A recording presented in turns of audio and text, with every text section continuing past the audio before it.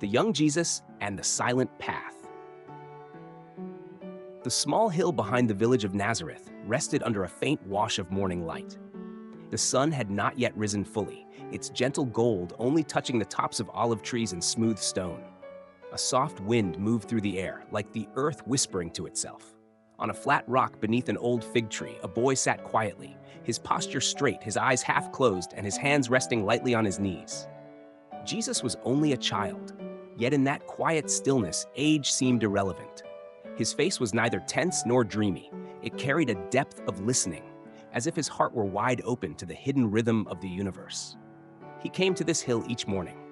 When his mother still slept, when the rooster's calls still echoed through the mist, Jesus would rise from bed, walk barefoot across the cool earth, and climb the gentle slope. No one told him to do it. No one taught him how. But something within, a silent calling, guided every step. Sit, breathe, listen. That was all he did. Most adults thought children only played or caused mischief. But Jesus was different. There was something ancient in his eyes, a stillness that did not belong to childhood. When someone cried, he would come near quietly. When someone was angry, he looked at them as though seeing beyond their anger to something untouched. The people of the village began to notice. Some called him the strange boy. Others whispered, perhaps he is the one who was promised. But Jesus paid no mind to such talk. He did not think himself special. He simply knew that in silence there was another world, a deeper, gentler one. In that world there was no fear, no jealousy, only a softness that seemed to embrace everything, like his mother's arms but without shape or name. He often spoke to things unseen, not with words, but with his presence. One day a wounded sparrow fell at his feet. Jesus bent down, his small hands trembling as he lifted it gently. Its eyes were wide, afraid. But he whispered, "Do not fear, you are not alone." There was no sudden miracle, but something like invisible light seemed to pour from the boy's hands. The bird's breathing calmed, and it slowly closed its eyes, resting in his palms. Jesus stayed like that for a long while until the sun rose fully and the sparrow flew away. No one saw it, only the wind and light bore witness. But after that day, when someone in the village felt unwell, they would quietly ask his mother, "Could the boy come sit with me?" He did not heal with medicine. He did not cast out spirits with chants. He simply sat beside the suffering, placed his hand on their shoulder, and breathed with them. Sometimes, not a single word passed between them for hours. Yet when it was time to part, the person would often say, "I feel lighter," as if my sorrow has gone somewhere else. Each evening, as the stars began to appear, he would sit alone in the corner of the yard.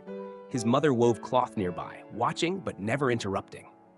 She didn't fully understand what was happening inside her son, but she could feel something sacred, a peace that spread from him like warmth from a small flame.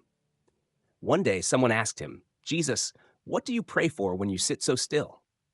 He looked up, thought for a moment, and answered, "I don't ask for anything. I sit so God can speak." "And what do you hear?" Jesus placed his hand over his heart, not with my ears, with this.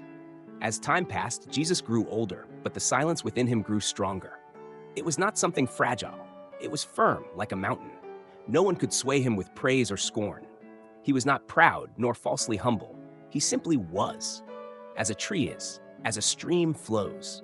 One day his parents took him to the temple in Jerusalem. The roads were crowded with travelers, bustling and hurried. Yet amid the noise, Jesus walked slowly, his eyes quietly taking in every breath of that sacred place. After the rituals were complete and the family prepared to return home, Jesus did not follow. He stayed behind in the temple, sitting among the teachers, not to argue, but to listen. And then he began to ask, not to challenge, but to stir something deeper in those around him. The elders were astonished. How does this boy know to ask such things? Jesus only smiled. I do not know anything, but silence has taught me this. Back in Nazareth, he resumed his quiet way. No one fully understood what was growing within him, a blend of human softness and divine depth. But his mother knew. She looked into his eyes and whispered in the dark, "Lord, keep my child. If you must call him away, let him carry this gentleness with him." At the age of 12, Jesus climbed a mountain alone. He told no one. He brought no food, save a little dry bread. For 3 days and nights, he remained there. The air was cold, the winds harsh. Rain came, But he did not flinch. He sat beneath a large rock and meditated, as if the spirit of the ancient ones lived in him. On the second night, a wild wolf came near. Its eyes shone like fire. Jesus looked directly into them, calm, unwavering. And for a moment, the two, child and beast, recognized one another, not as threats, but as two sparks of the same breath of creation. The wolf turned and walked away. When he came down from the mountain, he said nothing of it. He only told his mother, "I have learned how to sit with the dark." From then on, when people asked Jesus about God, he rarely answered with doctrine. Instead, he invited them to sit, to breathe, to listen. And often, after long silence, the other would weep or smile without knowing why. No sermon was needed. His presence was the message. Closing. When we picture that scene, a young boy beneath a fig tree, sitting cross-legged, eyes closed in peace, we do not merely see a child. We see a wellspring of tenderness, a presence of deep listening, a quiet light offered without demand. And we understand, the divine does not only arrive in thunder or wonder. Sometimes God comes as a boy who knows how to sit still, to breathe, to listen, and bring light into the world simply by being silent.